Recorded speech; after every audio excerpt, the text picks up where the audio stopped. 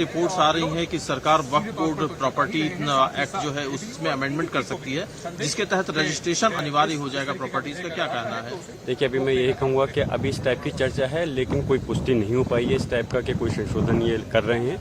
लेकिन अगर कोई संशोधन करना है तो मैं वही कहूँगा कि इनको मुस्लिम समाज के दानिशवर लोगों से करके बैठक करनी चाहिए और उसके बाद में जो संशोधन ज़रूरी है उनको करना चाहिए।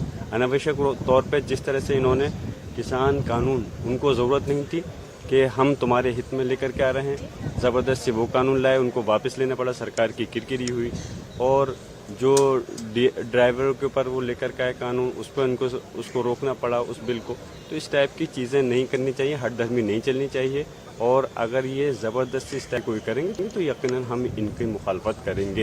अखिलेश यादव कह रहे हैं कि इस साल को हिंदू मुस्लिम सिर्फ यही दिखता है, यही इनका एजेंडा है, बाकी कोई एजेंडा नहीं है। इस तरह के कानून ला करके वो इन्हीं चीजों को हवा देना चाहते हैं। हकीकत है, और कोई दूसरा इशू नहीं है। अगर इशू है तो हम पूछना चाहते हैं कि इसे मुसलमान और हिंदुओं के नाम पे जो बांटना चाहते हैं, जबकि इस लोकसभा के इलेक्शन में हिंदू समाज के लोगों ने, मुसलमानों ने तो वोट दिया एक तरफा इंडिया गठबंधन को, हिंदू समाज के लोगों ने भी वोट दिया है इंडिया गठबंधन को। उन्होंने ये सबक दिया कि हम देश के विकास करने के वालों के साथ में हैं, ना कि देश को बांटने वालों के साथ में हैं। और इस टाइप की राजनीति अब खत्म होनी चाहिए।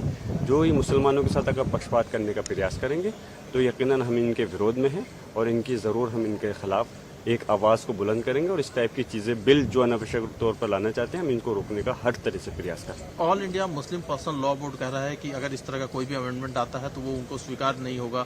असदुद्दीन ओवैसी कह रहे हैं कि ये वक्फ बोर्ड की ऑटोनॉमी में दखल अंदाजी की कोशिश है। आपका क्या मानना है? बिल्कुल, इसमें दखल अंदाजी क्या है, इस टाइप की चीज़ें को करना, इनको जो चीज़ ज़रूरी नहीं है दखल देना मुस्लिम समाज में, मुस्लिम पर्सनल लॉ बोर्ड के अंदर। अरे जो ये तो हमारा अधिकार है कि हम इस देश के अंदर करके अपने किसी भी धर्म को अपना करके उनके काम को हम कर सकते हैं। अमेंडमेंट बिल पहले जहाँ तक मेरे 2013 में आया था और वो सही था। अब उसके बाद में इस टाइप का कोई अमेंडमेंट सही नहीं है। सिर्फ वो देश को बांटने के लिए और आने वाला जो चुनाव है उसको रंग देने के लिए, हिंदू मुस्लिम करने के लिए इस टाइप का ये बिल ला रहे हैं। हम इस टाइप के बिल को लाने के लिए पूरी ताकत के साथ में रोकने का प्रयास करेंगे। डॉक्टर साहब, बीजेपी की दलील ये है कि कोई देश के अंदर ऐसी व्यवस्था हो जो कानूनी दायरे से बाहर हो, कोई सुप्रीम कोर्ट उसके खिलाफ नहीं जा सकता, हाई कोर्ट नहीं जा सकता, तो फिर कैसे उसे इस डेमोक्रेटिक सेटअप में उसको माना जा सकता है? देखिए, दलीलें तो इनके पास में बड़ी से बड़ी दलीलें अपने ये देने के लिए प्रयास कर देंगे, लेकिन इनके पास में दलील, इस चीज़ की दलील मैं पूछना चाहता हूँ कि आज ये जो पार्लियामेंट बनी है, पार्लियामेंट के अंदर आपने इसकी दलील क्या है? आज जो पुरानी पार्लियामेंट थी, वो उस पार्लियामेंट के अंदर अभी तक हमें कोई खामियां नज़र नहीं आई। आज इसके अंदर पानी टपक रहा है, हम देख रहे हैं कि बंदर गुजरा है।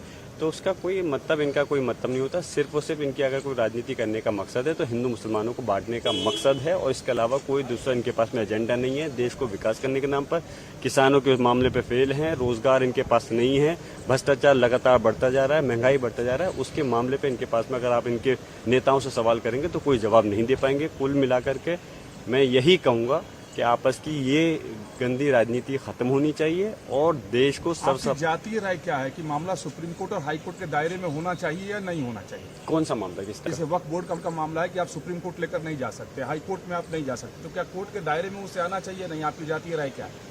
देखिए, कोई मामला है, अगर हमें इंसाफ नहीं मिलता है किसी तरह से तो कोर्ट में जाने के लिए तो जाहिर सी बात है ज़रूरत पड़ती है।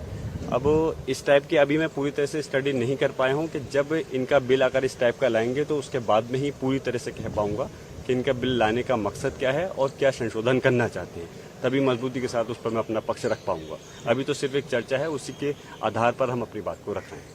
हमसे जुड़े रहने के लिए हमारे YouTube चैनल को सब्सक्राइब करें और नई वीडियो की नोटिफिकेशन के लिए बेल आइकॉन को दबाएं। अगर आप ये वीडियो Facebook पर देख रहे हैं तो लाइक जरूर करें और ज्यादा से ज्यादा शेयर करें। धन्यवाद।